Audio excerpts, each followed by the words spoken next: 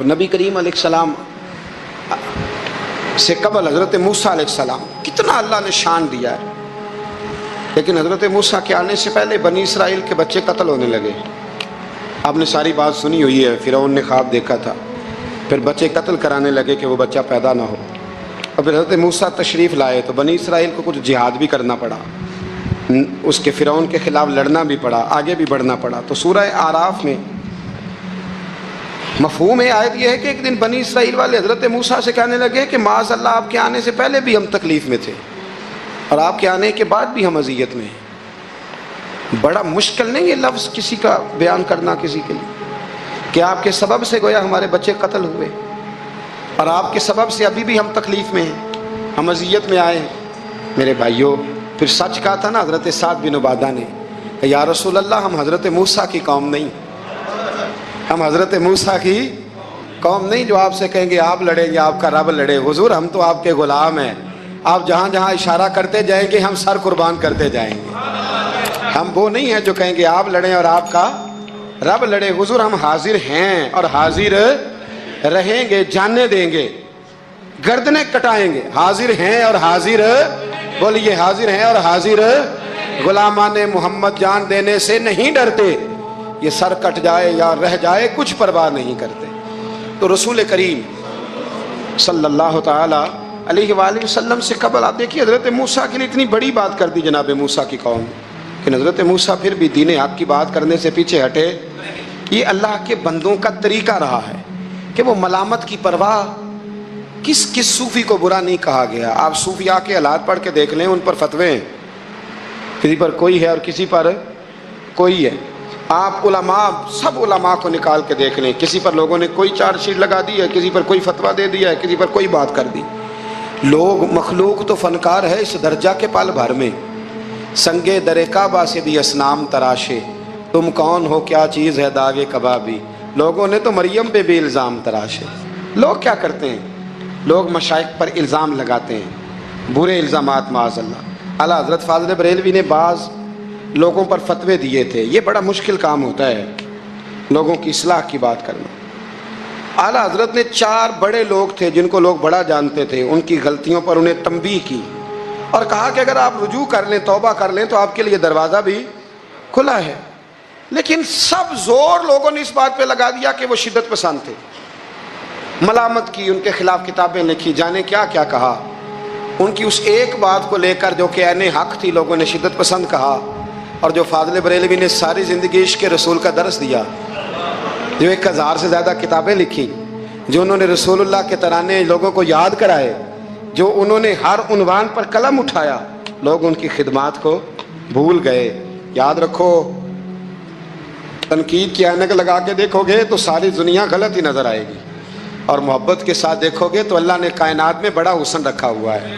رب کی مخلوق بڑی پیاری ہے، بڑی شاندار ہے، بڑی بندہ نواز ہے۔ میرے امام علیہ الصلوۃ والسلام کے غلاموں میں جتنے لوگ بھی تھے، ان سب کے، یہ جو ہمارا خیال ہوتا ہے نا کہ سارے لوگ ہمیں اچھا کہے، یہ خیال سرے سے درست ہے ہی نہیں۔ ساری دنیا مسلمان ہو گئی، اللہ کو ماننے لگی ہے، حضور کا کلمہ پڑھنے لگی ہے، تو آپ کو سارے اچھا کیسے کہہ دیں گے؟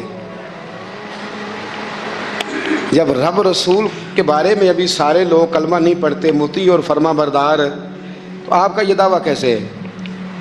آپ یہ کیسے محسوس کرتے ہیں؟ حضرت جنید بغدادی رحمت اللہ علیہ ایک شخص کا جنازہ پڑھ کے فارغ ہوئے تو لوگوں نے کہا حضور بڑا ہی اچھا آدمی تھا، ہر بندہ اس کی تعریف کرتا ہے۔ آپ فرمانے لگے غلطی ہو گئی، اس کا جنازہ نہیں پڑھنا چاہیے تھا، یہ تو ذو معنی بندہ تھا، ذو وجہین تھا، 2 منہوں والا تھا، جس کے پاس جاتا تھا اسی کا ہو جاتا تھا۔ اس نے تو سب کو راضی رکھنے کی پالیسی اختیار کی ہوئی تھی، لہذا یہ درست نہیں تھا۔ اگر یہ بندہ سچا ہوتا، حق بات کہتا، تو لوگ اس کے مخالف بھی ہوتے، اگر یہ صحیح رستے پر ہوتا تو لوگ اسے برا کہنے والے بھی ہوتے۔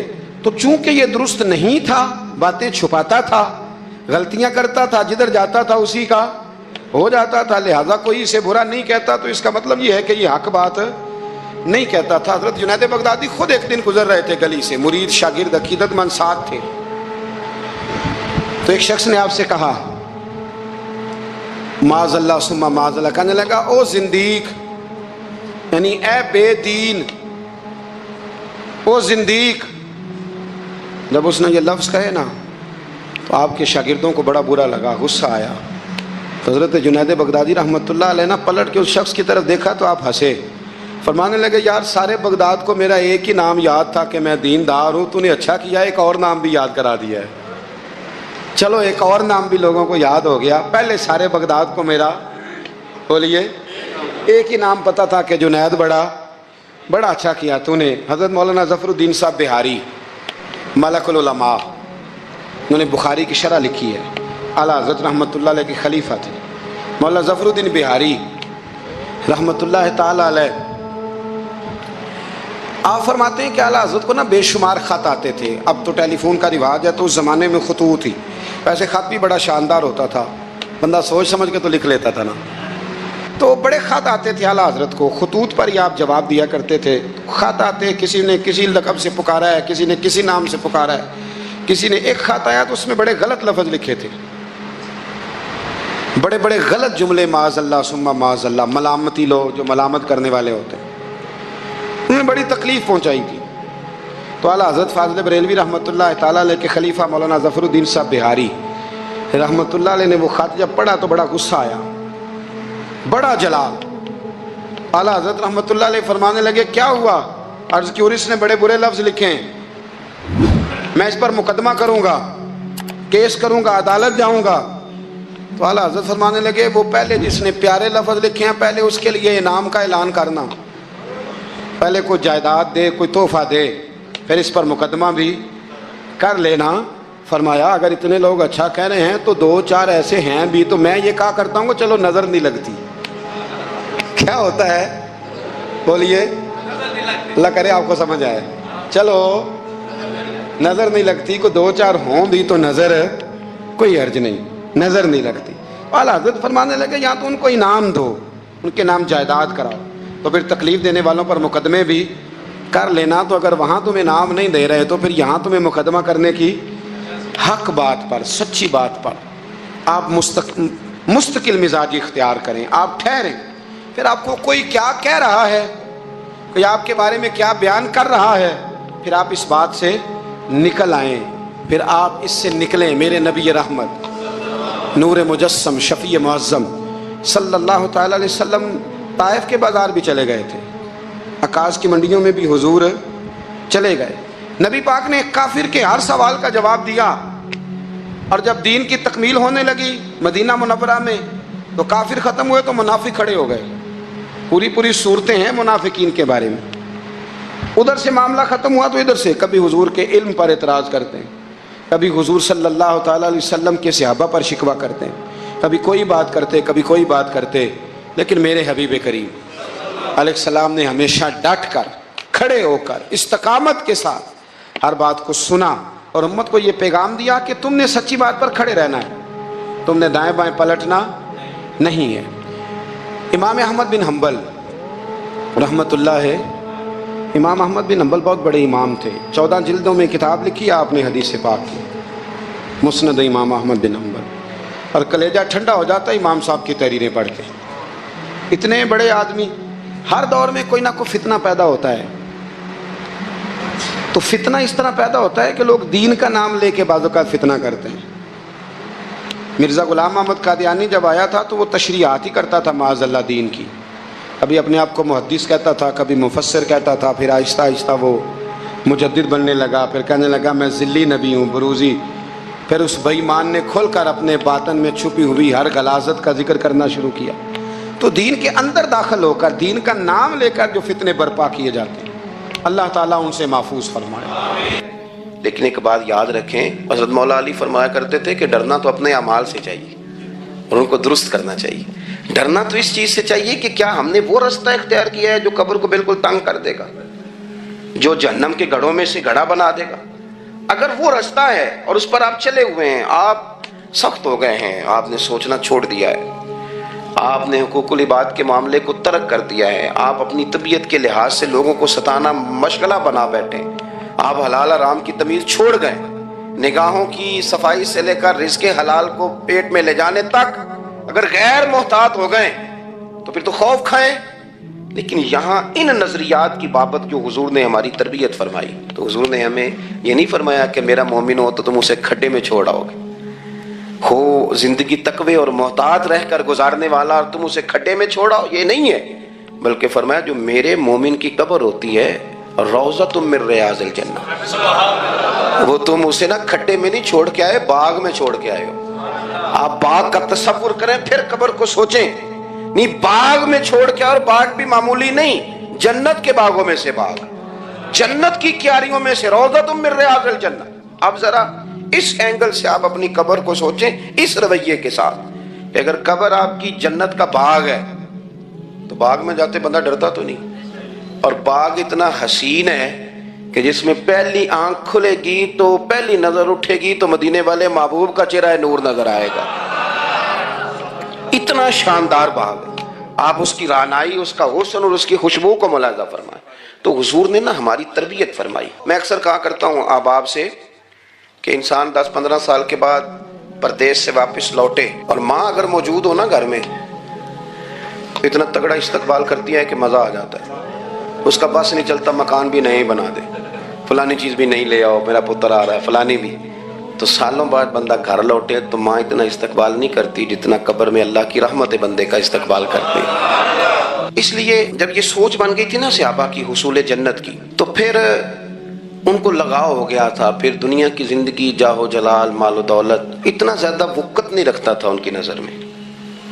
پھر وہ سمجھ گئے تھے اس بات کو کہ کن فی الدنیا کاننا کا غریب و عابر سبیل، وہ سمجھ گئے تھے کہ یہ مسافر ہیں ہم یہاں، اور وہ پھر اتنا زیادہ اپنے ذہن پہ چیزوں کو سوار نہیں کرتے تھے، محسوس کرتے تھے کہ اتنی زندگی ان کی ہے، اتنی زندگی ان کی گزر گئی ہے، محسوس کرتے تھے، اور اس پر پھر وہ جو فوکس کرتے تھے وہ آخرت کے لیے کرتے تھے۔ ایک خاتون حضور کی بارگاہ میں حاضر ہوئی، یہ بھی سیاستہ میں آپ کو روایت ملے گی، بہت ساری کتابوں میں ہے لیکن اس کی اصل آپ کو بخاری شریف میں ملے گی۔ حضرت ابو ہریرہ رضی اللہ تعالیٰ عنہ فرماتے ہیں کہ خاتون آئی تو اس نے آ کر نا بڑے درد کے ساتھ حضور کی بارگاہ میں استغاثہ پیش کیا، عرض کرنے لگی یا رسول اللہ صلی اللہ علیہ وسلم، میں نا مرگی کی مریض ہوں اور بڑی تکلیف میں ہوں۔ یہ جو مرگی کا مرض ہوتا ہے یہ اعصابی بھی ہے، جسمانی بھی ہے، ذہن کو کنٹرول کرتا ہے، اور انسان جسمانی طور پر بھی بالکل اس وقت جب دورہ ہوتا ہے مفلوج ہو جاتا ہے، ذہنی طور پر بھی خوشی غمی آنا جانا دشوار ہو جاتا ہے انسان کے لیے۔ تو وہ خاتون عرض کرتی ہے یا رسول اللہ صلی اللہ علیہ وسلم، مجھے مرگی ہے، کریم آپ دعا فرمائیں، رب مجھے شفا عطا کر دے۔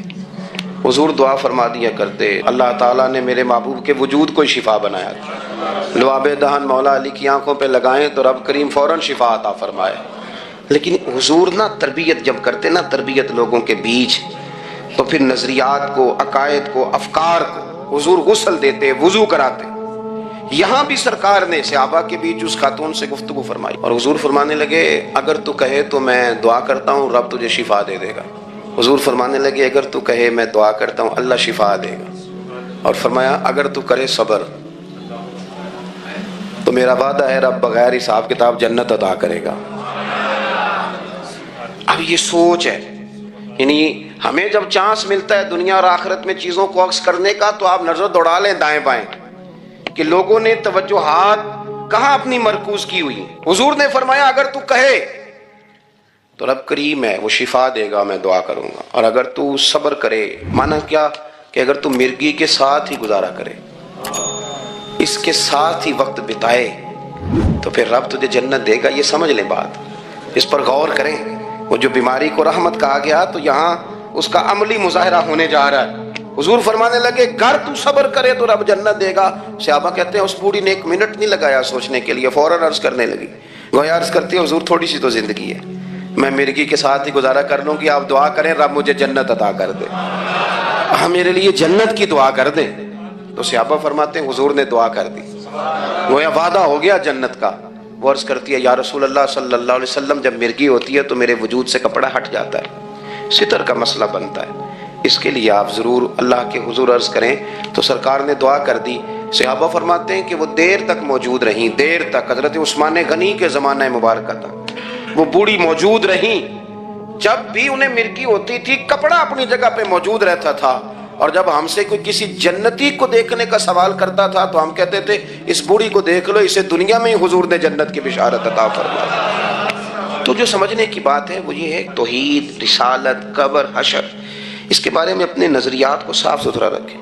وقت تیزی سے بیت رہا ہے، وقت جو اپنی اس کی سپیڈ ہے اس کے ساتھ وہ گزر رہا ہے، قریب ہوتے جا رہے ہیں لوگ قبر کے، آخرت کے۔ کرنے کا کام یہ ہے کہ ہمارے نظریات وہ ہوں جو ہمیں رسول کریم نے عطا فرمائے۔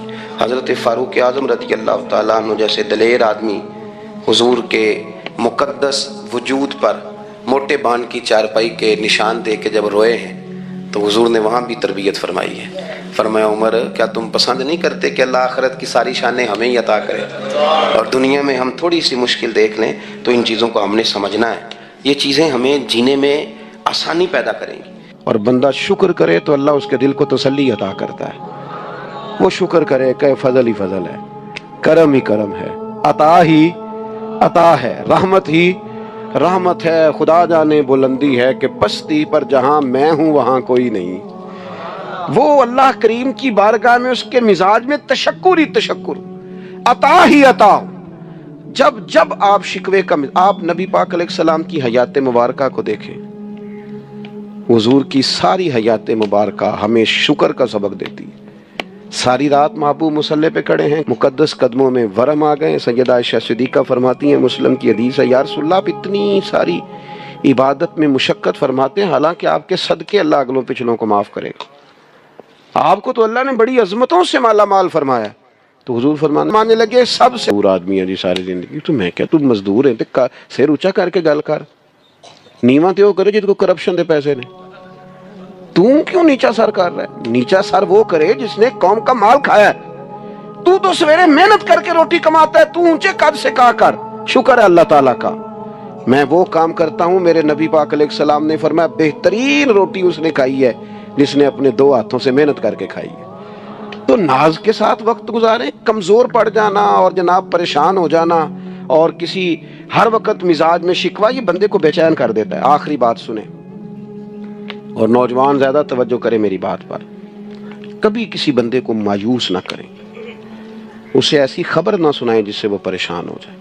کبھی کسی کو بدگمان نہ کریں کہ لوگوں کے دلوں میں ایک دوسرے کے لیے محبت بیٹھے۔ اس کا نتیجہ تھا، اس کا رزلٹ نکلا کہ حضرت بلال آتے تو جناب عمر اٹھ کے کھڑے ہو جاتے اور اپنی کرسی پہ بٹھا کے کہتے بلال جب سے حضور کے غلام ہوئے ہو ہمارے تو امام ہی بن گئے۔ یہ محبوب نے عظمت کبھی۔ اور پھر ہمیں سب سے زیادہ تکلیف کن لوگوں سے ہوتی ہے؟ جو ہمارے زیادہ قریب ہوتے ہیں۔ حالانکہ ہمیں معاف سب سے زیادہ ان کو کرنا چاہیے جو ہمارے زیادہ قریب ہوتے ہیں۔ جو زیادہ قریب ہوتے ہیں وہی غلطیاں کریں گے نا، باہر سے آ کے کسی نے غلطی کرنی۔ بعض اوقات دوست محبت سے ملتے ہیں، کہتے ہیں میں عمرے پہ جا رہا ہوں، کوئی کمی کوتاہی ہو گئی تو معاف کرنا۔ تو میں گزارش کیا کرتا ہوں کہ میرے پاس تو آپ بڑے احترام سے آتے ہیں، معافی تو ان سے مانگے جن سے آپ کا روزمرہ کا تعلق ہے۔ ان لوگوں کے ساتھ بعض اوقات ہماری شکر رنجیاں ہوتی ہیں، تو ایک تو اپنی زندگی میں عزم پیدا کریں۔ یہ کچی پکی باتیں کرنے والے جوان جو ہے نا، ان پر کبھی کبھی بڑا غصہ آتا ہے کہ یار تو اپنا قد دیکھ، تو آگے بڑھ، تو جدوجہد کوشش۔ اور یاد رکھنا جو بندہ لوگوں کو توڑنے کی کوشش کرتا ہے نا، آخر میں خود اکیلا رہ جاتا ہے۔ عورت عراق سے آئی، اس کی 5 یتیم بچیاں تھیں، تو اسے ضرورت تھی وظیفے کی۔ اس نے آ کے پوچھا حضرت عمر بن عبدالعزیز کا گھر کہاں؟ تو لوگوں نے فرمایا وہ سامنے جو ٹاٹ اور بوریے کا پردہ لٹک رہا ہے وہ عمر بن عبدالعزیز کا گھر ہے۔ دروازے پہ دستک دی تو ایک عورت اندر برتن دھو رہی تھی۔ پوچھا السلام علیکم، امیر المومنین سے ملنا ہے۔ وہ کہنے لگی اس درخت کی چھاؤں میں بیٹھ جاؤ، ابھی تشریف لاتے ہیں۔ تھوڑی دیر گزری تو حضرت عمر بن عبدالعزیز آئے تو کنویں سے پانی نکال کے نا، سین میں کنواں تھا تو جو جگہ میں مٹی اڑ رہی تھی نا، گرد اڑ رہی تھی، ہوتا ہے نا عصر کے بعد لوگ پانی پھینکتے ہیں، وہاں پانی پھینکنے لگے، چھڑکاؤ کرنے لگے۔ تو تھوڑی تھوڑی باتیں وہ خاتون آپ سے کرنے لگی، تو وہ جو عورت آئی تھی نا وہ کہنے لگی تم غلام سے باتیں کر رہی ہو، تمہیں پردہ کرنا چاہیے۔ وہ کہنے لگی یہ غلام نہیں، یہ میرے شوہر ہے اور یہ امیر المومنین عمر بن عبدالعزیز ہیں۔ کہنے لگی یہ عمر بن عبدالعزیز ہے؟ کہا ہاں یہ عمر بن عبدالعزیز ہے۔ تو وہ خاتون حاضر ہوئی، کھجوریں اس کو دی گئیں کھانے کے لیے۔ اس نے کہا حضور میری 5 یتیم بیٹیاں ہیں، مجھے وظیفہ چاہیے۔ جناب عمر بن عبدالعزیز نے ایک بیٹی کا نام پوچھا، ولدیت پوچھی، وظیفہ لکھا۔ عورت کہنے لگی اللہ تیرا شکر ہے میری بچی کا وظیفہ لگ گیا۔ دوسری کا نام پوچھا، ولدیت پوچھی، عمر پوچھی، وظیفہ لگایا، اللہ تیرا شکر ہے میری یتیم بچی کا وظیفہ۔ 4 بچیوں کے وظیفے عمر لکھتے رہے، خاتون اللہ کی حمد کرتی رہی۔ 5ویں کا لکھنے لگے تو کہنے لگی میں نے زمانہ بڑا دیکھا ہے پر عمر بن عبدالعزیز تیری طرح کا بندہ نہیں دیکھا۔ آپ فرمانے لگے اب میں 5ویں کا وظیفہ نہیں لکھتا، 4 کا وظیفہ جا کے گورنر سے منظور کرا لے اور 4 کو کہنا تھوڑا تھوڑا 5ویں کو بھی دے دے۔ حضور کیوں نہیں لکھتے؟ فرمایا جب تک تو حمد کے لائق رب کی حمد کر رہی تھی میں وظیفے لکھ رہا تھا، اب تو نے میری تعریفیں شروع کر دی۔ اپنی تعریف پر کیسے وظیفہ لکھوں؟ وہ تو حمد کے لائق ہے، اس کی حمد ہونی چاہیے، لیکن میں اپنی تعریف پر، اپنی خوشامد پر میں نہیں لکھتا۔ جا اللہ تعالیٰ تیری لیے بہتری کرے۔ وہ خاتون کہتی ہے میں وہاں سے آئی، مجھے مہینوں لگ گئے، سفر لمبا تھا، عراق پہنچی تو عراق کے گورنر کو جب میں نے وہ روکا دیا تو ان کی چیخیں نکل گئی، تڑپ کے روئے۔ میں نے کہا کیا ہوا؟ کہنے لگی بی بی جس نیک آدمی نے تجھے یہ لکھ کے دیا تھا نا، چند دن ہوئے ان کا انتقال ہو گیا۔ عمر بن عبدالعزیز پردہ فرما گئے۔ وہ خاتون پھر روئی، کہنے لگی یتیم بیٹیوں کا اب کیا بنے گا، اس رکے کا کیا بنے گا؟ تو آپ فرمانے لگے بی بی جب امیر عمر بن عبدالعزیز جیسا ہو تو گورنروں کو بھی اللہ کچھ توفیق دے ہی دیتا ہے۔ اگر انہوں نے تیرا وظیفہ زندگی میں لکھا تھا تو فکر نہ کر، جب تک میں زندہ رہوں گا وظیفہ پہنچتا رہے گا۔ آپ کے گورنر نے لکھا کہ حضرت صاحب گورنر ہاؤس کی عمارت کمزور ہو گئی ہے، نہیں بنا لوں، تو آپ فرمانے لگے تو عدل کا قلعہ کیوں نہیں بناتا، انصاف کی دیواریں کیوں نہیں کھڑی کرتا؟ فرمایا چھوڑ اینٹیں لگانا، عدل و انصاف کا قلعہ بنا۔ سب سے بڑی بات یہ تھی کہ بڑے پابند تھے صوم و صلات کے، دن کو تلاوت کرتے، رات کو عبادت کرتے، پنجگانہ نماز میں کھڑے ہوتے، اللہ کے خوف کی بات آتی تو چڑیا کی طرح پڑپڑاتے، ڈرتے۔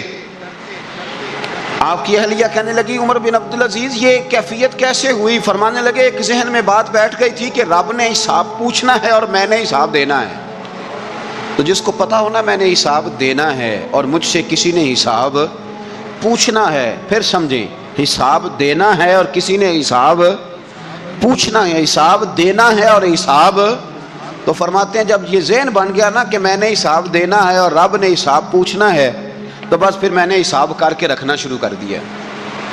پھر میں نے کوشش کی ہے کہ حساب کروں کہ نا انصافی نہ ہو جائے، ظلم نہ ہو جائے۔ ایک آدمی بڑی دور سے چل کے آیا، عرض کی حضور آپ کے گورنر نے میرا مال چھین لیا ہے، واپس نہیں کرتا۔ تو حضرت عمر بن عبدالعزیز رحمۃ اللہ نے رکا لکھا، فرمایا میں نے تو تجھے نیک آدمی سمجھ کے گورنر بنایا تھا اور تو لوگوں کے مال نہیں واپس کرتا، فوراً واپس کر۔ اس کے نام جب خط لکھا تو آدمی خوش ہو گیا، تو آپ فرمانے لگے اب یہ بتا تیرا آنے جانے کا خرچہ کتنا ہوا؟ عرض کی حضور کیا مطلب؟ آپ فرمانے لگے ایک تجھ پہ ظلم ہو اور دوسرا تیرے اوپر اور خرچے ڈالے جائیں۔ دیکھیں نا ایک آدمی کی زمین پہ قبضہ ہو، پھر وہ وکیل کرے، پھر وہ گواہ اکٹھے کرتا پھرے، پھر وہ مسائل میں الجھ جائے۔ جناب عمر بن عبدالعزیز نے ہمیں ایک سوچ عطا فرمائی، فرمایا ایک تیرے اوپر ظلم ہوا، ایک تجھے اتنی تکلیف ہوئی یہاں آنے کی، اور ایک تیرا خرچ ہوا، بتا کتنے پیسے؟ عرض کی حضور میرا تو لاکھوں کا مال آپ نے واپس کرا دیا ہے، اب چھوڑے خرچے کو۔ فرمایا نا بھائی یہ میرے رسول کائنات کا دین ہے، اس میں ہم ہر شے کا حساب کر کے رکھیں گے۔ تیرا خرچ ہوا ہے، تیرا خرچہ ہوا ہے، تجھے آنا پڑا، تجھے جانا پڑا۔ اور دنیا کے منصفوں، فیصلے کرنے والوں، تھوڑا خیال تو کرو کتنے لوگ ہیں جو رول گئے بیچارے رستوں میں کچہریوں کے، جو عدالتوں کے چکر لگا لگا کے تھک گئے، جن کی اولادیں تڑپ اٹھیں، مکان بک گئے، انہوں نے اپنے حقوق کیا لینے تھے، ان کی تو باقی چیزیں بھی چلی گئیں۔ فرمایا خرچہ بتا کتنا ہوا؟ عرض کی حضور 60 دینار تقریباً۔ فرمایا اسے مال خزانہ سے 60 دینار بھی دو۔ پھر فرمایا میری جیب سے اسے 50 اور دو تاکہ یہ آنے جانے میں مزید روٹی کھا سکے، گوشت کے ساتھ روٹی کھائے۔ اور پھر فرمایا معاف کر دینا، حکومت عمر بن عبدالعزیز کی تھی پر تجھے بڑی تکلیف اٹھانی پڑی، اذیت اٹھانی پڑی۔ یارو اس رنگ میں اس شخص نے حکومت کی، اس انداز میں، اور سب سے بڑھ کر بنو امیہ میں سے تھے، لیکن میرے رسول پاک کی اولاد سے جو پیار، حضور کی نسل سے، کسی نے آپ کے سامنے کہہ دیا، امام جلال الدین سیوطی نے اس کو لکھا ہے، کسی نے عمر بن عبدالعزیز رضی اللہ تعالیٰ عنہ کے سامنے کہہ دیا یزید امیر المومنین تھا، مومنوں کا امیر تھا، فرمایا پکڑو اس بدذات کو 20 کوڑے مارو، پکڑو اس نالائق کو، اسے 20 کوڑے مارو، یہ نبی پاک کے خاندان کے قاتل کو امیر المومنین کہتا ہے۔ یہ فتویٰ جناب عمر کا۔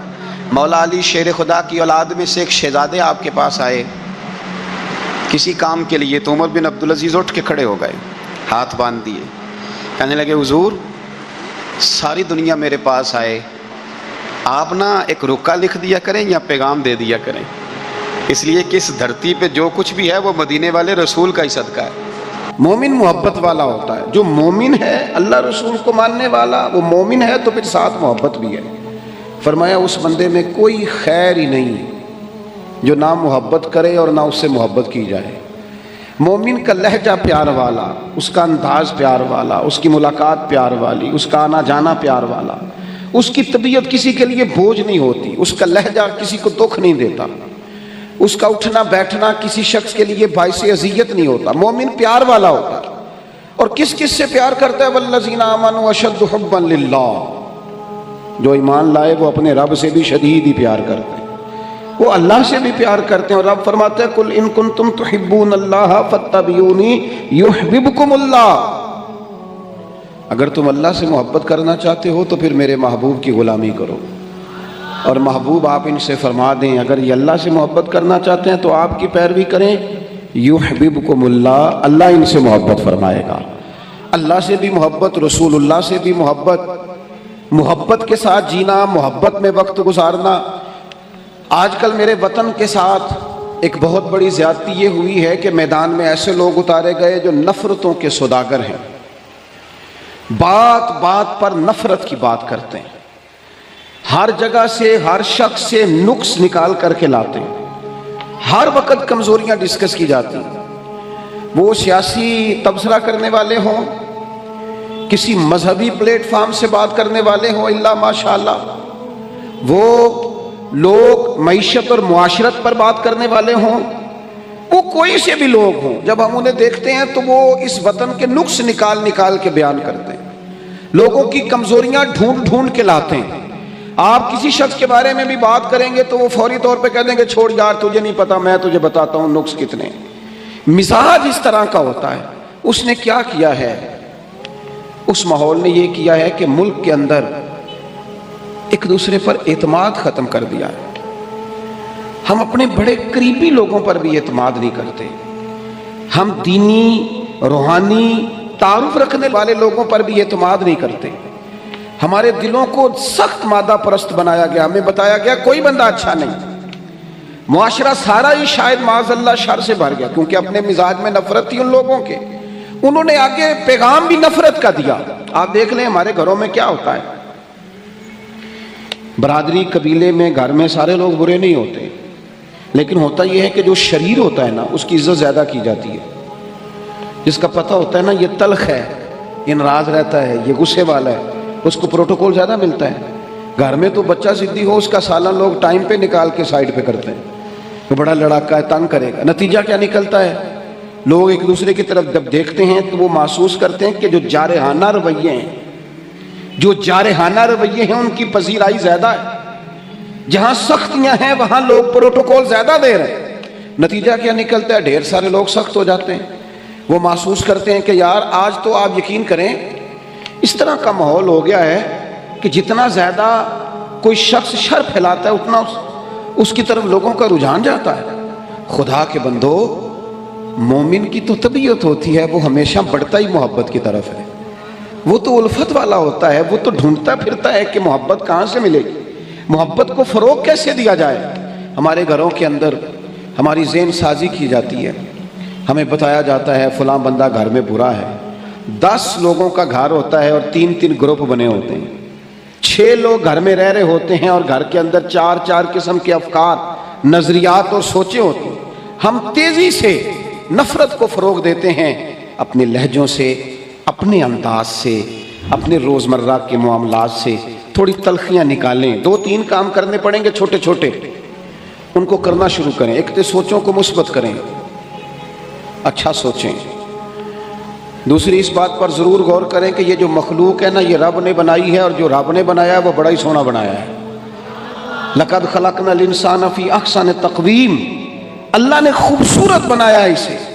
اللہ کی خوبصورتی بنائی ہوئی کو خوبصورت سمجھیں اور اس خوبصورتی کو اپنی نگاہوں کے سامنے کریں، اس میں سے حسن تلاش کریں۔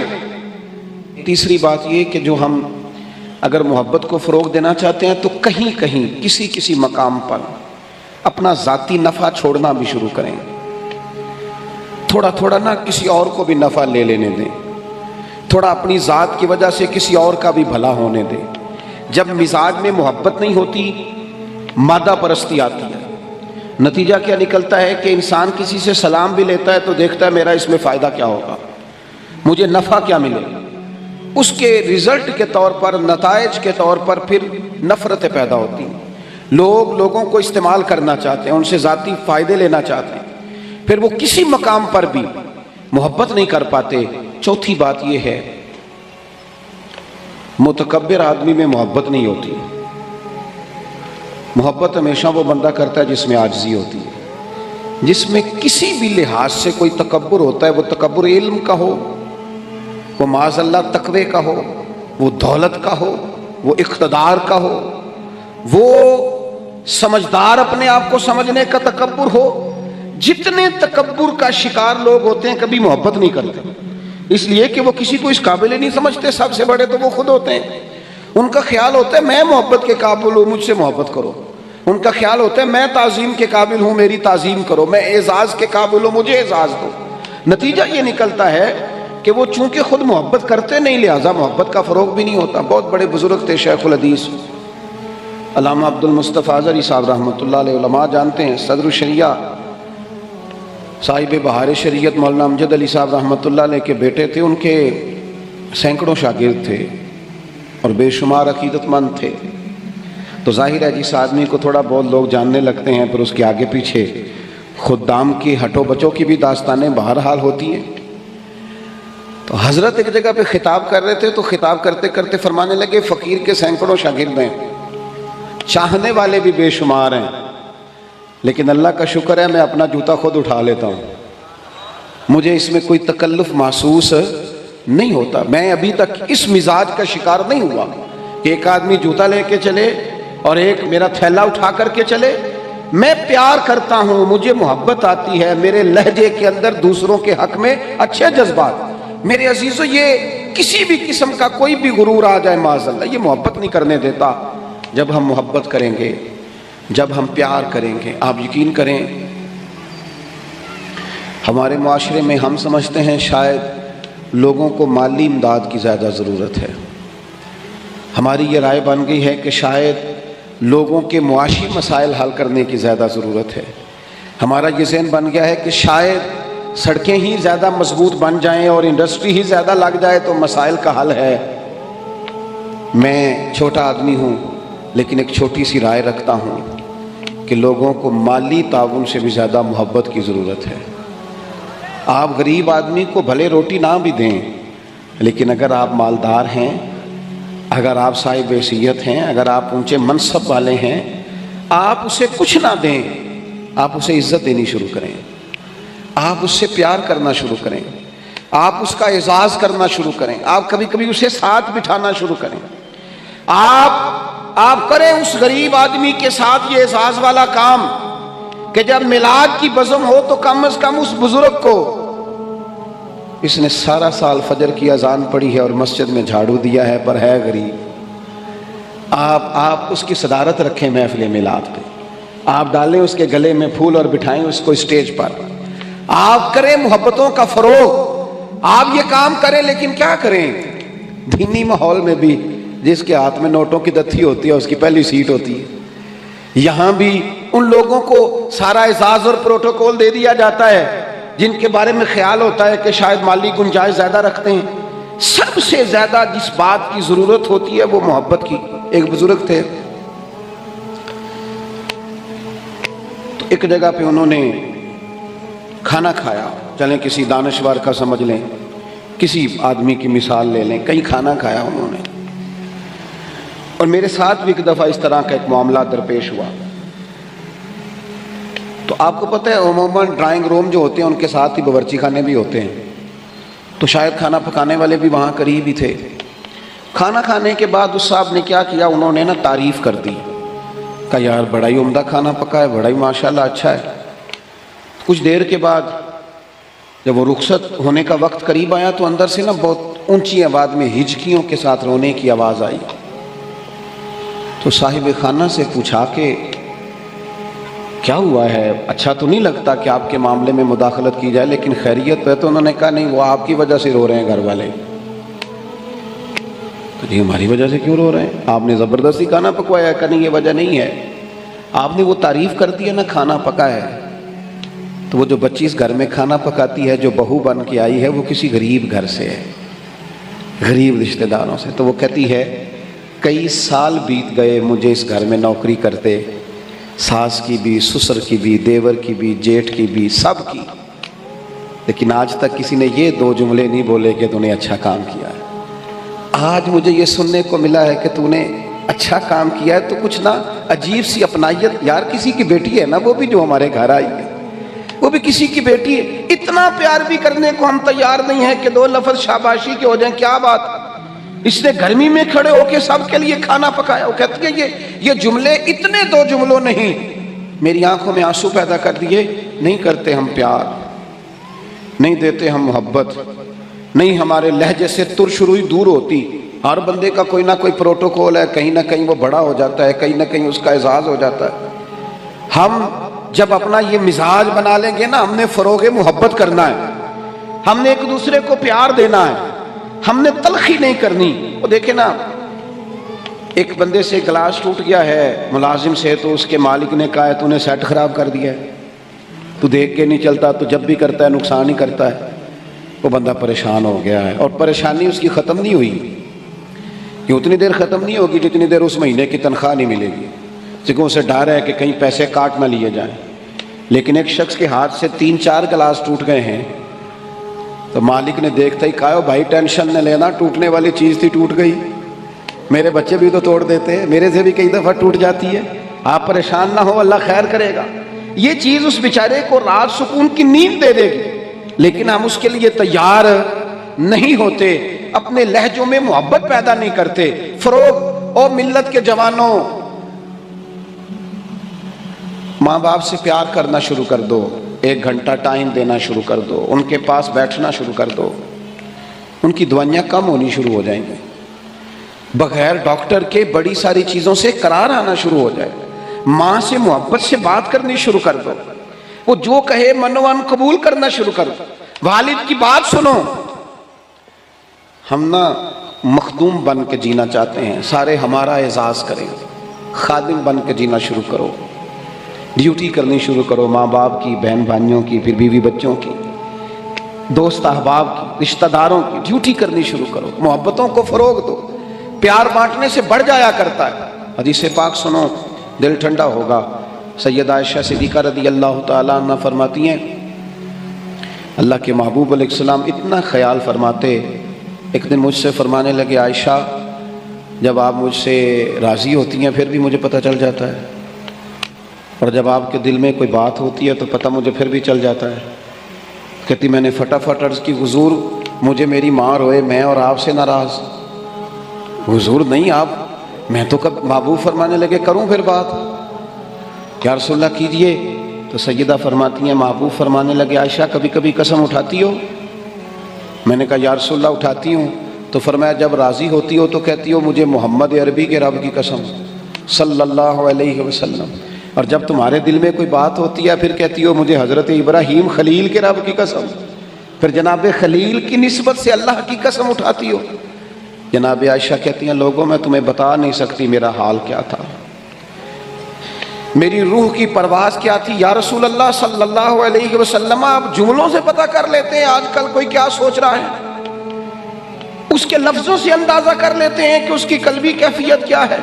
اور پھر کہنے لگی مجھے رب محمد کی قسم یا رسول اللہ زبان سے نام ہی جاتا ہے، میرے دل میں آپ ہر وقت موجود رہتے ہیں، ہر وقت آپ موجود ہوتے۔ اور دوستو یہاں تو گھر والوں کو احتجاج کرنا پڑتا ہے پھر کوئی بات سنتا ہے، یہاں تو 100 دفعہ رو کے دکھانا پڑتا ہے پھر کوئی بات سنتا ہے، یہاں تو جناب 100 دفعہ کہنا پڑتا ہے تب کوئی بات سنتا ہے. خدا را محبتیں بانٹنی شروع کرو، اپنے لہجوں سے تلخیاں ہٹاؤ، یہ جو چہروں پر پکی پکی سلوٹیں ڈالنی ہیں ان کو دور کرو. یہ جو ہر وقت کے تھکے تھکے اور ہر وقت کے ناراض اور ہر وقت کی طبیعت کے اندر سختی اور ہر وقت کہنا میں بڑا کام کرتا ہوں، میں بڑی مشقت اٹھاتا ہوں، تمہیں پتہ نہیں میں کس تکلیف میں ہوں. اور میرے بھائی ساری دنیا ہی پریشان رہتی ہے، لیکن کچھ لوگ ایسے ہوتے ہیں جو پریشانیاں ذرا ہنس کے گزار لیتے ہیں. کچھ لوگ ایسے ہوتے ہیں جو پریشانیاں اپنے تک رکھ لیتے ہیں، دوسروں کو تکلیف نہیں دیتے. ہم کیا کرتے ہیں؟ ہم ساری ٹینشنیں دوسروں پہ ڈالنا چاہتے ہیں. اپنے لہجوں میں پیار پیدا کرو، اپنے لہجوں میں. پتہ ہے حضور نے کیا فرمایا؟ محبوب فرمانے لگے 3 کام کرو ایماندار ہونے کا ذائقہ نصیب ہوگا. ایک ہوتا ہے کھانا، ایک ہوتا ہے مزیدار کھانا، ایک ہوتا ہے مومن. ایک وہ مومن ہوتا ہے جسے مومن ہو جانے کا مزہ آئے. مزہ آ گیا بھائی مومن ہونے کا. کریم فرمانے لگے 3 کام کرو تمہیں مومن ہونے کا مزہ آئے گا. 3 کام کرو. یا رسول اللہ کون سے؟ فرمایا ایک تو ہر چیز سے بڑھ کے اللہ رسول سے محبت کرو، پیار کرو رب رسول سے، پیار کرو. یہاں حضور نے یہ نہیں فرمایا نماز پڑھو، یہ نہیں فرمایا روزہ رکھو، یہ نہیں فرمایا حج کرو، خیرات کرو. وہ کام بھی اپنی جگہ پہ بڑے ضروری ہیں، وہ بھی فرض عین ہیں، ان کے بغیر بھی 1 منٹ کے لیے گزارا نہیں. لیکن فرمایا اگر ان چیزوں کا مزہ لینا ہے نا، ادھر دیکھیے میری طرف، اگر ان چیزوں کا مزہ لینا ہے نا، کہ نماز مزیدار ہو جائے، روزہ مزیدار ہو جائے، سخاوت مزیدار ہو جائے، حج مزیدار ہو جائے، فرمایا اگر چاہتے ہو مومن ہونے کا مزہ آئے تو ہر چیز سے بڑھ کے اللہ رسول سے محبت کرو. اور تیسرا حضور فرماتے ہیں مسلمان ہونے کے بعد، کلمہ پڑھنے کے بعد کفر کی طرف جانا اتنا ناپسند کرو جتنا آدمی آگ میں جانا ناپسند کرتا ہے. یہ 3 کام کرو تمہیں مومن ہونے کا مزہ آئے. اگر کبھی پیار والا لہجہ بنا لیں، اگر کبھی تلخی چھوڑ دیں، اگر کبھی اپنے مزاج سے وہ ساری چیزیں دور کر دیں اور ہم رب رسول سے صحیح والا پیار کریں، تو آپ یقین کریں پھر بندہ قرآن پاک شروع کرتا ہے تو اس کا تلاوت چھوڑنے کو دل نہیں کرتا. پھر وہ سجدے میں سر رکھتا ہے، پیار ہو گیا نا اللہ رسول سے، پھر وہ سجدے میں سر رکھتا ہے تو اٹھانے کو جی نہیں چاہتا. پھر وہ دین کی نوکری کرتا ہے تو اس کا دل کرتا ہے صبح بھی دین کی بات کروں، شام بھی دین کی بات کروں، میرا ایک ایک رواں خادم بن جائے، میں نوکری کروں، جگہ جگہ جا کر رسول اللہ کے دین کی بات کروں. کیوں؟ پیار جو ہو گیا، محبت جو ہو گئی. جب آپ کے لب و لہجے میں پیار سرائیت کر جائے، آپ کو پتہ ہے پھر اس محبت کو آگے بڑھانے کا کہا گیا ہے. حضور نے فرمایا میرے صحابہ سے بھی محبت کرو کیونکہ میرے صحابہ ہیں. پھر ان سے بھی پیار کرو، ان کے بارے میں تمہارے دلوں کے اندر عقیدت کے جذبات ہیں. اور پتہ کس طرح کی عقیدت؟ شوق والی عقیدت. میرا اور آپ کا دور بحث کا دور ہے، اور بعض ایسے بیوقوف ہیں جو اپنی حیثیت نہیں دیکھتے اور اپنی ذاتی بحث کو اٹھا کے نبی پاک کے صحابہ اور اہل بیت تک لے جاتے ہیں. اور یار تیری تو حیثیت ہی نہیں ہے تو ان پر بات کر سکے. تو دیکھ تو صحیح ہے وہ لوگ ہیں جنہیں اللہ نے اپنے نبی کی غلامی کے لیے منتخب فرمایا، اللہ نے جن کا انتخاب کر کے حضور کے دور مبارک میں جنہیں رکھا، تو ان لوگوں کے بارے میں کلام کر رہا ہے. عقیدت، پیار صحابہ سے عقیدت، اور اس عقیدت کے اندر بارفتگی. حضور کے صحابہ ہجرت کر کے گئے تھے حبشہ. نجاشی بادشاہ پر کفار مکہ نے، قریش نے بڑا پریشر ڈالا کہ یہ ہمارے بھاگے ہوئے لوگ ہیں، انہیں واپس کر دو. پر وہ نجاشی نے کہا میں واپس نہیں کرتا. انہیں جگہ دی، صحابہ کو آزادی سے عبادت کرنے کا موقع دیا. ایک دفعہ نا حبشہ سے کچھ مہمان آ گئے جہاں صحابہ جا کے رہے تھے. تو جب وہ لوگ آئے نا یہاں مسجد مدینہ منورہ میں، اللہ کے محبوب علیہ السلام نے ترکی خیمہ لگوایا. حضور ان کے لیے نئے نئے کھانے پکواتے، ان کے لیے محبوب کے کوئی انوکھا رنگ اور پیار کا کوئی نرالا انداز. تو صحابہ نے عرض کی یا رسول اللہ صلی اللہ تعالی علیہ وسلم، مہمان پہلے بھی آتے جاتے ہیں لیکن ان کے ساتھ آپ کا رویہ منفرد کیوں ہے؟ تو حضور فرمانے لگے جب میرے صحابہ وہاں گئے تھے تو انہوں نے پیار کیا تھا، تو جو میرے صحابہ سے محبت کرے ان سے محبت نہ کروں؟ اللہ کرے آپ کو سمجھ آئے. جو جناب ابو بکر سے محبت کرے اس سے حضور محبت فرماتے ہیں، جو حضرت عمر سے محبت کرے ان سے حضور محبت فرماتے ہیں، جو سیدنا عثمان غنی کا حیا کرے ان سے محبوب محبت فرماتے ہیں. اور مولا مرتضیٰ کے بارے میں تو فرمائے اس کی محبت ہی تو ایمان ہے، اور علی کا بغض ہی تو نفاق ہے. محبت، پیار، وارفتگی، شوق، ان لوگوں کے بارے میں اپنے دلوں کے اندر جذبات. اور پھر جو حضور کی اولاد پاک ہے، آپ کو پتہ ہے جو اپنے محسن کا شکریہ ادا نہیں کرتا وہ رب کا بھی نہیں کر سکتا. ہم تو نا اپنے اساتذہ اور مشائخ کو محسن جانتے ہیں، ہم تو اپنے بزرگوں کی اولادوں کی قدر کرتے ہیں. امام اعظم کہیں بیٹھے تھے تو ایک بچہ چھوٹا بار بار آتا تھا تو امام صاحب اٹھ کے کھڑے ہو جاتے. کئی دفعہ آیا امام صاحب، کئی دفعہ کھڑے ہوئے. شاگردوں نے عرض کی حضور یہ چھوٹا بچہ ہے، کئی دفعہ آئے گا، آپ بوڑھے آدمی ہیں، بار بار اٹھنے میں تکلیف ہوتی، یہ تو 100 دفعہ آئے گا. تو امام صاحب فرمانے لگے 1000 دفعہ بھی آئے میں کھڑا رہوں گا اس کے استقبال کو. حضور کیوں، کون ہے بتا ہی دیں. تو امام اعظم رو پڑے، فرمانے لگے میرے استاد کا پوتا ہے یہ، اصلاں نال جے نیکی کریے وہ نسلاں تاک نہیں بھول دے. اصلاں نال جے نیکی کریے وہ نسلاں تاک نہیں بھول دے، تے بے اصلاں نال نیکی کریے تے پھل کنڈیاں نال تول دے. اور میرے عزیز، ہم تو اپنے اساتذہ اور مشائخ کی اولادوں کا احترام کرتے ہیں، اور پھر جو نبی پاک کی اولاد ہے، پتہ ہے حضور نے کن لفظوں سے اپنی اہل بیت سے محبت کرنے کا کہا ہے؟ کن لفظوں سے؟ حضور فرمانے لگے اللہ سے محبت کرو تو میں رزق دیتا ہے، اور مجھ سے محبت کرو میں اللہ کا رسول ہوں. اور فرمایا میری اہل البیت سے محبت کرو چونکہ میری اولاد ہے، اور میری طرف دیکھ کے ان سے پیار کرو. حضور کی اولاد کے بارے میں جذبات، وارفتگی. میرا ایک چھوٹے گھر سے تعلق ہے، لیکن میں نے اپنے بزرگوں کو، والدین کو، اپنی دادیوں نانیوں کو، وہ کہا تھا نا اعلیٰ حضرت نے میں خانہ زاد کوہ نہ ہوں، صورت لکھی ہوئی بندوں کنیزوں میں میرے مادر پدر کی ہے. فاضل بریلوی کہتے ہیں یا رسول اللہ ہم تو خاندانی غلام ہیں آپ کے گھر کے، اور آپ کے گھر میں جو رجسٹر ہے نا اس میں ہماری صورتیں موجود ہیں. یا رسول اللہ میرے باپ، دادا، پڑدادا، نانا، پڑنانا وہ آپ کے گھر کے غلام ہیں، اور میری دادیاں، نانیاں، پڑنانیاں وہ کنیزیں ہیں آپ کے گھر کی. خانہ زاد کوہ نہ ہوں، صورت لکھی ہوئی بندوں کنیزوں میں میرے مادر پدر کی. ہماری تو صورتیں لکھی ہیں کہ ہم خاندانی غلام ہیں، خاندانی طور پر نوکر ہیں آپ کے دروازے کے. ہم نے یہ دیکھا کہ پرانے لوگ جن کے مکان کچے تھے ان کے عقیدے بڑے پکے تھے، بڑے پختہ نظریات. یہ محرم شریف سے پہلے بڑی عید آتی ہے تو والد صاحب چاول لائے گھر میں، تو وہ چاول بڑے اچھے پکے. تو آپ کو پتہ ہے یہ گھر میں جو سامان آتا ہے یہ عورتیں پاس کرتی ہیں کہ صحیح آیا کہ نہیں آیا.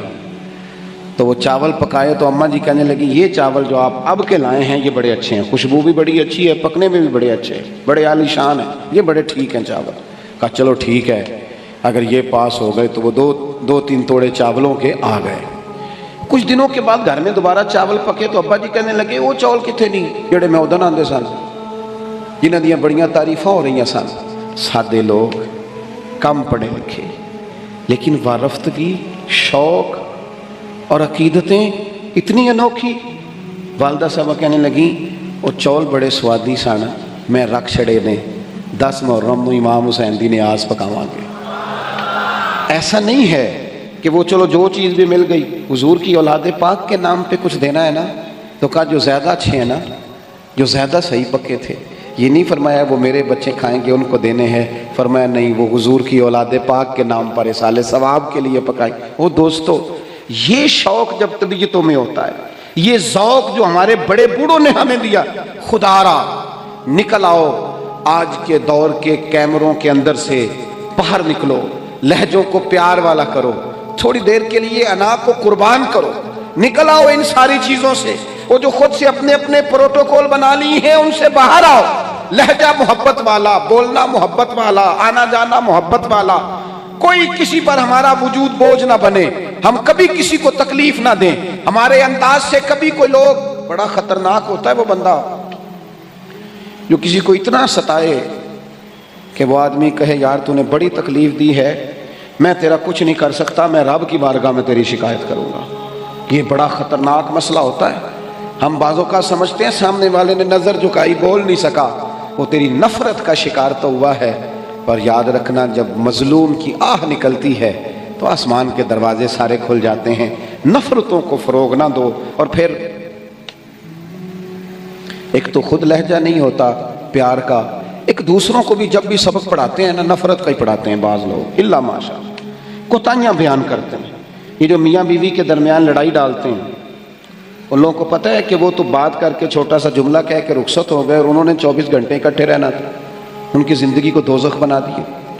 یہ جو بھائیوں کے درمیان لڑائی پیدا کرتے ہیں، لڑائی، ان کو پتہ ہے کہ تو دو جملے کہہ کے بھائی کے خلاف تو رخصت ہو گیا اور پیچھے ان لوگوں نے اکٹھے رہنا تھا، تکلیف آ گئی۔ میں ایک فیکٹری میں ایک دفعہ موجود تھا، میرے ایک دوست ہیں اس فیکٹری کے آنر، تو ان کے جو زیادہ بہترین کاریگر تھا اس کے بارے میں ایک آدمی کانوں میں بات کر رہا تھا، اور کرتے کرتے آخر میں کہنے لگا ابھی مجھے تحقیق نہیں پوری، مجھے شک ہوا ہے، میں آپ کو بتا رہا ہوں، پوری تحقیق کر کے بعد میں بتاؤں گا۔ تو وہ جب جانے لگا تو میں نے اس سے کہا، میں نے کہا تو پوری تحقیق پا میں نام ہی کر، جیڑی آگ تو لائی ہے ٹھیک ٹھاک لگ گئی ہے، یہ وہ بیچارہ کام کر رہا ہے، یہ اس سے کام لے رہا ہے، ان کا نظام ٹھیک چل رہا ہے، تو صرف اس مالک کے سامنے گڈ بک میں آنے کے لیے باقیوں کا نقصان کر رہا ہے، تھوڑے سے نفع کے لیے آگ لگا رہا ہے ماحول کے اندر، اپنی ذاتی قربت بڑھانے کے لیے نفرتوں کو فروغ دے رہا ہے۔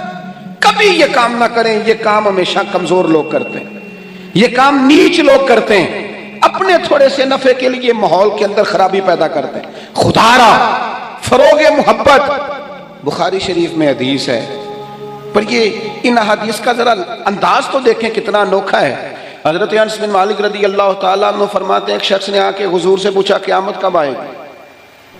کریم فرمانے لگے تو اپنی تیاری بتا قیامت کے لیے، اس کی تیاری سنو، تیاری سنو، ساری عمر دی کمائی سنو، تیری تیاری کیا ہے؟ کہنے لگا حضور نہ زیادہ نفلی نمازیں پڑھی ہیں، نہ زیادہ نفلی روزے رکھے۔ پھر تیاری کیا ہے؟ کہنے لگا حضور میری تیاری یہ ہے کہ اللہ سے بھی پیار کرتا ہوں، رسول اللہ سے بھی پیار کرتا ہوں، میری تیاری محبت ہے، میری تیاری عشق ہے، میری تیاری وفا ہے، میری تیاری تیرا شوق ہے، میری تیاری تیری یاد میں تڑپنا ہے، میری تیاری صبح و شام تیرا ذکر کرنا۔ یا رسول اللہ، اللہ سے بھی محبت، رسول اللہ سے بھی محبت۔ حضور نے ہر عبادت کا ثواب بیان کیا، اس نے جب محبت کی بات کی تو یہاں والا کیا ثواب بیان کیا؟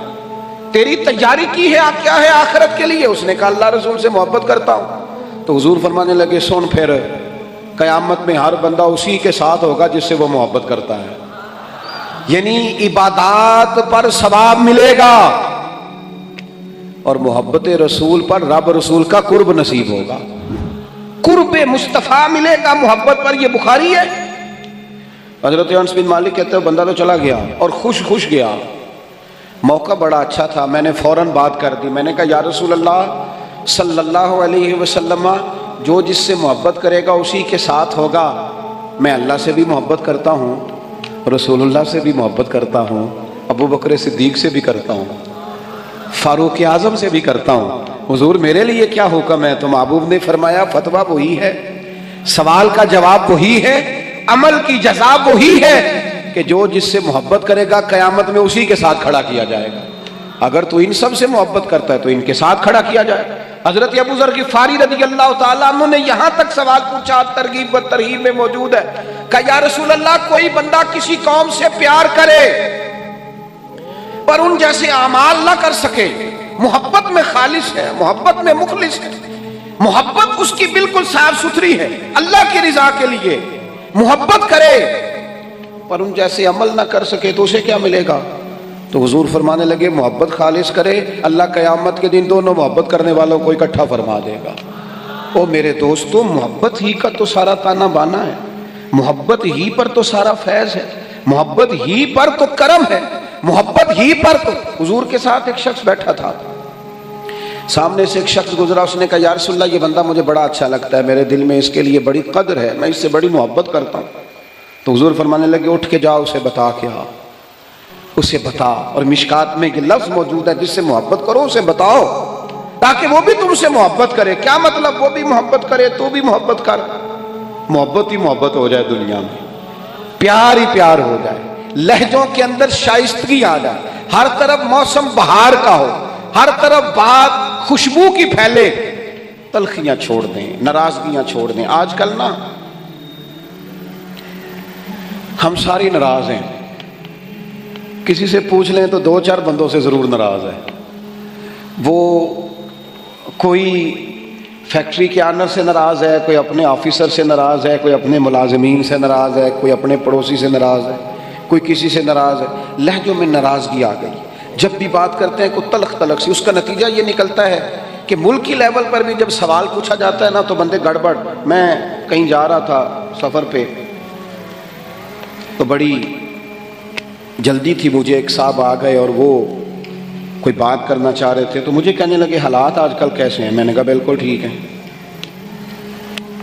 ان کا خیال تھا کہ تھوڑا سا تبصرہ یہ کریں گے، تھوڑا سا میں کروں گا، تو تھوڑا سا ہمیں موقع ملے گا تھوڑی سی ملک کی غیبتیں کرنے کا۔ یہ کام ہم صبح و شام کرتے ہیں۔ آپ یقین کریں، جتنی خوبصورتی اللہ تعالیٰ نے ہمارے وطن کو عطا فرمائی ہے، جتنے محبت کرنے والے لوگ اللہ نے یہاں عطا کیے، یہ صوفیاء کی دھرتی ہے، اولیاء کی دھرتی ہے۔ یہاں میرے نبی پر درود و سلام پڑھا جاتا ہے، یہاں حضور کے نام کے نعرے بلند ہوتے ہیں، یہاں جگہ جگہ مسجدوں میں قرآن پاک کی تلاوت ہوتی ہے۔ یہاں میں نے دیکھا ہے ایک غریب آدمی کو ایک خون کی بوتل کی ضرورت پڑتی ہے، 14 نوجوان لائنوں میں کھڑے ہوتے ہیں، ہم حاضر ہیں، ہم حاضر ہیں۔ اتنا لوگ سخاوت کرتے ہیں، لوگوں کو دیتے ہیں۔ یہ سیلاب آیا تھا، مجھے تھوڑا موقع ملا وہاں سفر کرنے کا، حاضر ہونے کا۔ میں نے دیکھا لوگوں میں بڑی تڑپ، ہمیں بتائیں ہم کیا کر سکتے۔ وہ دوستو خوبیاں بھی تو بیان کرو نا، کمزوریاں ہیں انکار نہیں کرتا، لیکن اتنی تلخی، اتنی ناراضگی، ہر وقت کا شکوہ، اتنی پاک سرزمین کے بارے میں ہر وقت لہجوں کے اندر نفرت اور ہر وقت غلط بات۔ خدا را آپ سوچیں، اسی دھرتی نے، اسی وطن نے کتنے مجاہد پیدا کیے، کتنے شہید پیدا کیے، کتنے دلیر پیدا کیے، کتنے جانے دینے والے پیدا کیے، کتنے مر مٹنے والے پیدا کیے، کتنے للہیت والے۔ میرا ایک دینی تعارف ہے، میں ایک ادارہ چلاتا ہوں، اس پر موٹا نام میرا ہی لکھا ہوگا، بانیہ ادارہ، لیکن جو لوگ اس میں صبح و شام تعاون کرتے ہیں اور تعاون کر کے ساتھ یہ بھی کہتے ہیں کسی سے ذکر نہ کرنا، کسی سے نام، ان کے خلوص پر شک کیا جا سکتا ہے۔ وہ بھی تو بڑی جگہوں پر بانی ہیں۔ اس محفل میں بڑا اسٹیج مجھے دیا گیا ہے، فوٹو میری آ رہی اور ویڈیو میری بن رہی ہے، پر جن بچوں نے کتنی دوپہر سے لے کر یہاں کام شروع کیا، پوسٹر لگائے، پسینے ان کے وجود سے بہے، جیبوں سے پیسے خرچ کیے، نام تو چند لوگوں کا ہوتا ہے، اسٹیج پر تو کچھ اور لوگ آتے ہیں، کیا ان کے خلوص میں شک کیا جا سکتا ہے؟ ان کے دلوں میں محبت کے جذبات موجزن تھے، تو یہ سارا کام کیا۔ خدا را تھوڑا تھوڑا نا نفرتوں کو بھولیں، تھوڑا تھوڑا مزاجوں میں محبت لائیں، تھوڑا تھوڑا مسکرانا شروع کریں، تھوڑا سا اپنی زندگی میں اچھائیوں کو سوچنا شروع کریں، تھوڑا سا مثبت ہو جائیں، تھوڑا سا نا تھوڑی سی مہربانی کریں، تھوڑا سا غور کریں۔ کسی شخص نے حضرت عمر سے کہا تھا، اپنی بیوی کی شکایت کی تھی، تو آپ فرمانے لگے خدا کے بندے، تیرا گھر سنبھالتی ہے، تیرے بچوں کو پالتی ہے، تو گھر نہیں ہوتا تیری عزت کی محافظ بنتی ہے، چل اگر کچھ غلطیاں کرتی ہیں تو بھی اللہ کی رضا کے لیے معاف کرنا، تو بھی تھوڑا درگزر کا لہجہ اختیار کر۔ حضرت ابو مسعود انصاری رضی اللہ تعالیٰ عنہ اپنے غلام کو مار رہے تھے، اچانک محبوب آ گئے، حضور نے فرمایا کیوں سختی کر رہا ہے؟ یا رسول اللہ بڑا ہی معاف کرتا ہوں، بڑا ہی معاف کرتا ہوں، آخر کتنا کو کروں؟ تو حضور فرمانے لگے گن کے اگر کرنا ہے تو میرے کہنے پہ 70 دفعہ تو کرنا دن میں۔ اور ایک صحابی سے حضور نے یوں بھی فرمایا پتہ ہے تیرا رب تجھے کتنا معاف کرتا ہے؟ پتہ ہے رب تجھے کتنا معاف کرتا ہے؟ تو اللہ کے بندوں کو معاف کرنے کو تیار نہیں۔ اپنی طبیعت سے، اپنی مزاج سے نفرت کو نکال پھینکیں، اپنے لب و لہجے میں نا محبت لائیں۔ آپ یقین کریں محبت ہو جائے نا، محبت ہو جائے تو وہ اس طرح کا روپ دھار لیتی ہے کہ کچھ چیزیں نا، وہ کچھ لوگ ایسے ہوتے ہیں جو مانگ کے لیتے ہیں کچھ چیزیں، اور کچھ کا لہجہ اتنا شاندار ہوتا ہے، وفادار اتنے ہوتے ہیں، پیار اتنا کرتے ہیں، انہیں مانگنا پڑتا ہی نہیں، وہ خود بخود سارا کچھ قربان کرنے کو دل کرتا ہے۔ انداز ایسا انوکھا ہوتا ہے۔ میرے ابا جی کہا کرتے تھے، بڑی پنچایتیں دیکھیں، ایک پنچایت نے سب کو لوٹ لیا اور بڑے بڑے سخت دل چودھری بھی رو پڑے، کہنے لگے 5-7 بھائی جھگڑا کر رہے تھے، یہ پلاٹ میں نے لینا ہے، یہ پلاٹ میں نے لینا ہے، تو بیچ میں ایک بیٹھا تھا، اس سے کہا تو کیوں نہیں بولتا؟ کہنے لگا جی جو مرضی ان کو دے دیں، یہ ماں باپ میرے حصے میں آنے چاہیے، ان کی خدمت میں نے کرنی ہے، جو مرضی۔ اور ایک نوجوان کی میرے ساتھ بات ہوئی، آپ یقین کریں، چلیں چند کتابیں پڑھنے کا مجھے بھی موقع ملا اور کچھ دنیا دیکھنے کا مجھے بھی موقع ملا، میں نے اپنے وطن کے سارے کونے دیکھے، ملک سے باہر بھی اللہ نے کچھ موقع دیے۔ ایک دفعہ ایک نوجوان سے میں نے کہا والدین آپ کے ساتھ رہتے ہیں؟ کہنے لگا نہیں جی۔ آپ کی توجہ ہے میری بات پر؟ مجھے اتنا مزہ آیا اس کی بات کا، کبھی کبھی بڑے آدمی کی بات پر بھی بندہ نہیں روتا، ان پڑھ آدمی تھا، میں رو پڑا۔ مجھے میرا اس گھر سے تعلق تھا تو وہ تھوڑے تھوڑے سب بھائی الگ الگ ہوئے، تو مجھے کسی نے بتایا والدین اس کے ساتھ گئے، تو میں نے اس سے کہا والدین کے ساتھ رہتے؟ کہنے لگا نہیں جی۔ میں نے کہا والدین آپ کے ساتھ رہتے ہیں؟ کہتے نہیں، میں والدین کے ساتھ رہتا ہوں، مجھے ابا جی نے رکھا ہوا ہے، ابا نے مجھے رکھا، میں کون ہوتا ہوں ان کو رکھوں، وہ تو بڑے ہیں، انہوں نے مجھے رکھا ہوا ہے، میرے بچے رکھ لیے، ان کی مہربانی۔ میں لہجہ ہی اور ہو گیا، کوئی رنگ ہی اور تھا بات کا۔ اور میرے بھائی جو محبت آپ دیکھیں نا، ایک یہودی بچہ میرے رسول کی بارگاہ میں آتا اور حضور کی خدمت کرتا، یہودی تھا، نہ باپ آتا ہے، نہ بھائی آتے ہیں، نہ چچا آتا، بخاری میں اس کا ذکر موجود، آتا اور محبت کرتا، خالی نوکری کرتا، بیمار ہو گیا، قربان جائیں، اللہ کے رسول تیمارداری کرنے چلے گئے اور حضور اس کے سرانے جا کے بیٹھ گئے۔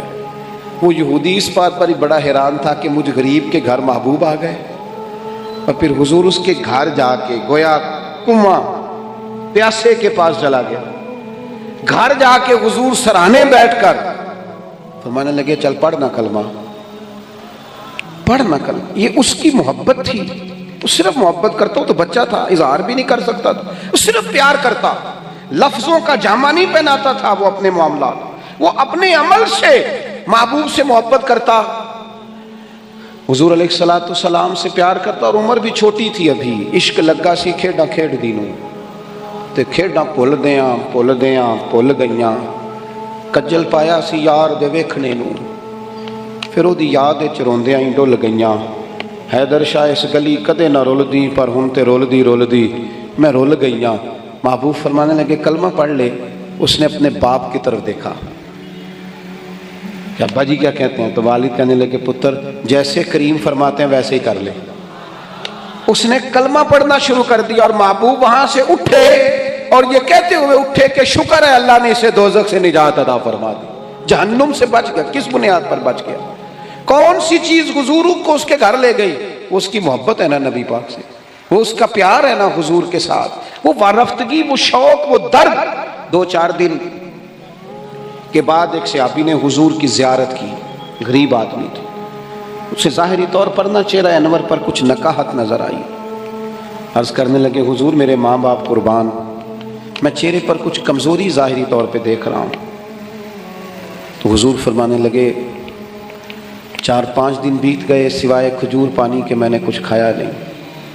صرف میٹھا ہی کھانا سنت نہیں، فاقہ کرنا بھی سنت ہے۔ میں نے کچھ دنوں سے کھایا نہیں۔ اس کے ظاہری اثرات ظاہری طور پر کچھ تمہیں دکھائی دے رہے ہیں۔ دوڑے گئے، گھر والوں سے پوچھا کچھ ہے کھانے کے لیے؟ انہوں نے کہا کچھ نہیں ہے۔ جو اپنے گھر تھے قریب رشتہ داروں کے، پڑوسیوں کے، ہمسایوں سے، ان سے پوچھا تمہارے پاس ہے کچھ کھانے کو؟ انہوں نے کہا کچھ نہیں۔ اب یہاں بھی رکے نہیں، یہ محبت ہے نا، یہ شوق پیدا کرتی ہے، یہ محبت ہے نا، یہ بندے کے اندر جذبات پیدا کرتی ہے، یہ محبت ہے، عدم سے لائی ہے، ہستی میں آرزو رسول، اور دیکھو کہاں کہاں لیے پھرتی ہے جستجو رسول۔ یہاں بس نہیں کی، پیار خالص ہے نا۔ ایک یہودی کے باغ میں گئے، اسے کہنے لگے مزدوری ملے گی؟ کہنے لگا ہے تو صحیح پر مشکل بڑی ہے۔ فرمایا کیا مشکل ہے؟ کہنے لگا گرمی سخت ہے، پانی کنویں کا نیچے چلا گیا ہے، وہ نکال کے درختوں کو سیراب کرنا ہے، اور کام مشکل ہے، گرمی بڑی سخت ہے، کر لو گے؟ فرمانے لگے ضرور کروں گا۔ اجرت کیا دے گا؟ کہنے لگا ایک پانی کا ڈول نکالو گے تو ایک کھجور ملے گی۔ انہوں نے اپنی چادر بچھا لی، ایک پانی کا ڈول نکالتے، بڑا گہرا پانی تھا، سخت پسینہ آتا، محنت کے بعد ہاتھوں پہ چھالے پڑ گئے، ایک کھجور ایک ڈول پر ملتی، تینوں لب دیاں آپ گواچے تے سانو اپنی خبر نہ کوئی، ਸਾਥੋਂ ਤੇ ਭਾਰੇ ਨਹੀਂ ਕੱਖ ਗਲੀਆਂ ਦੇ, ਸਾਨੂੰ ਤੇ ਆਖਦੇ ਲੋਕ ਸ਼ੁਦਾਈ, ਨੰਗ ਨਮੂਸ ਦਾ ਸਾੜ ਕੇ ਝੋਲਾ, ਅਸਾਂ ਗੱਲ ਪਹਿਨੇ ਆ ਤਾਜ ਗਦਾਈ,